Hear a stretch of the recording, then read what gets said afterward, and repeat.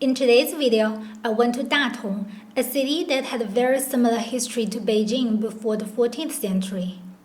In Datong, I visited the Bright Hall that's in Mulan's story, and I'll review 3 true facts about Mulan in this video. Hi! Guess which Disney princess I am today? Who is the girl I see staring straight back at me?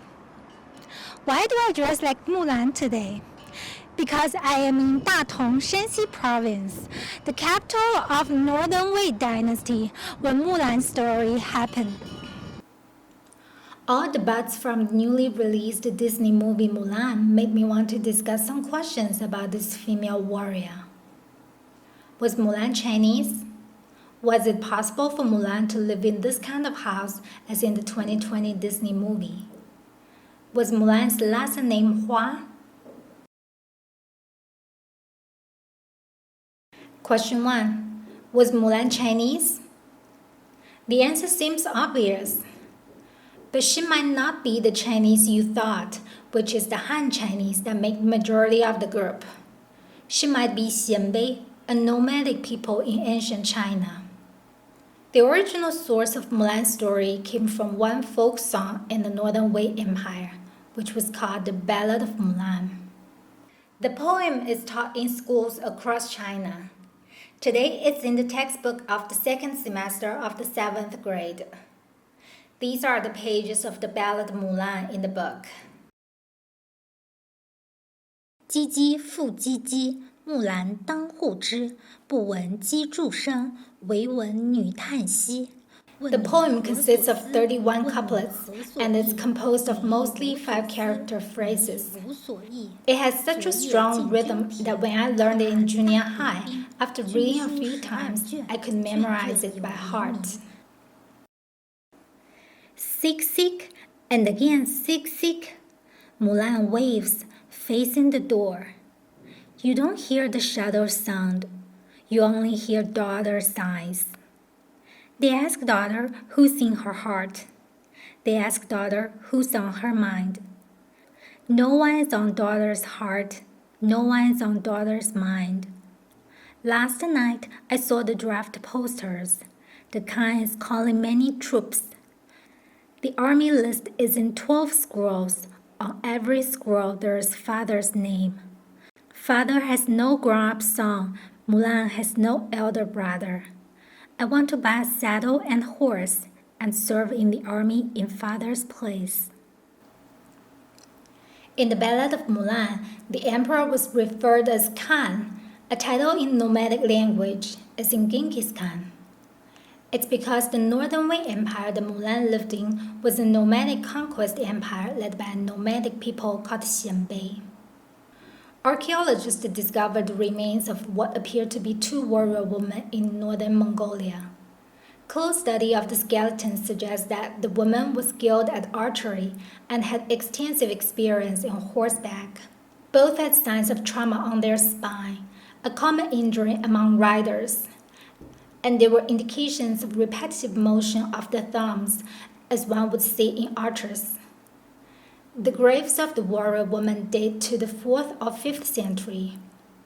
Archaeologists believe the women belonged to the Xianbei people who dominated this region. Datong is the place to explore this history because it was the capital of the Northern Wei Empire that Xianbei people established. In Datong, I went to a place called Mingtang, or in English, the Bright Hall or Splendid Hall. In ancient China, it served as the place where emperor declared his political or religious policies, while the court-holding, sacrifice offering, official selection, and education practices would be held or carried out here. This place was mentioned in the Ballad of Mulan.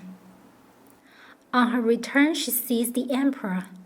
The emperor sits in the splendid hall. He gives out promotions in 12 ranks and prizes of 100,000 and more. In the museum built on the ruins of the Bright Hall, an animated movie about the history of Xianbei was playing. The story of Xianbei started from a cave in the Great Hingan Range. Their ancestors were defeated by the Xiongnu at the end of the 3rd century BC. They fled to the mountain range and survived.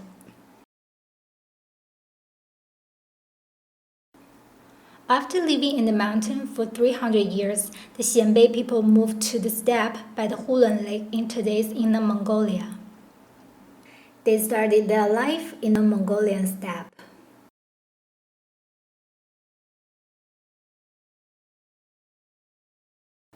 In the 3rd century, after Xiongnu was driven west out of the Mongolian steppe, the Xianbei migrated south and settled in close proximity to Chinese society.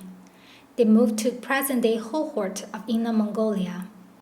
They split into several big tribes and established their own states. The Tuoba tribe was the most powerful one. In the 4th century, the northern China was divided into numerous states controlled by various nomadic people. Many Han Chinese had to leave their home and flee to the south, where Wei Empire was established by Han Chinese. It was a period of mass migrations, short-lived states, and constant warfare between states.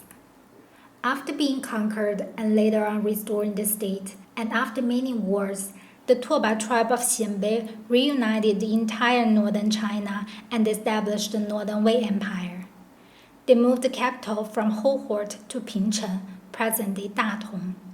That's the empire Mulan lived in. Now go back to question 1. Was Mulan Chinese? The answer is yes.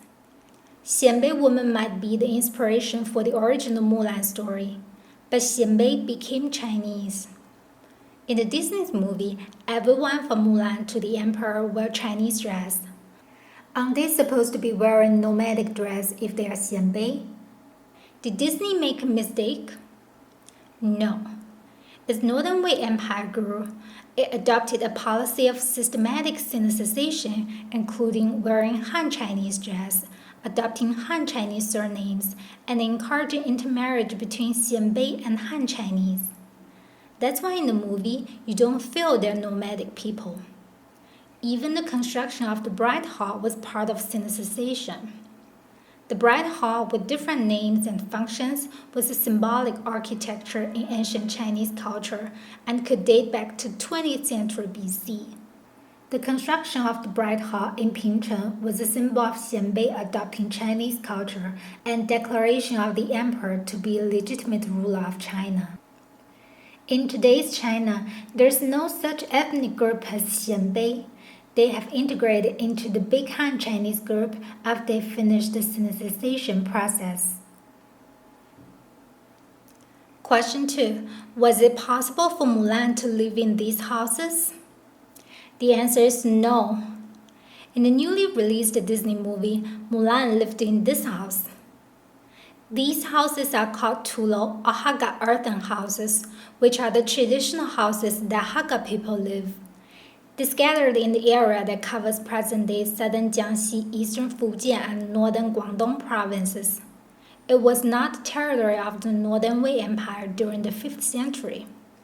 In addition, most Hakka earthen houses were built during the 16th to 19th century. I'll take you to these architectures and tell you the stories behind them in the future. Hit the subscribe button so you'll be notified about my future videos.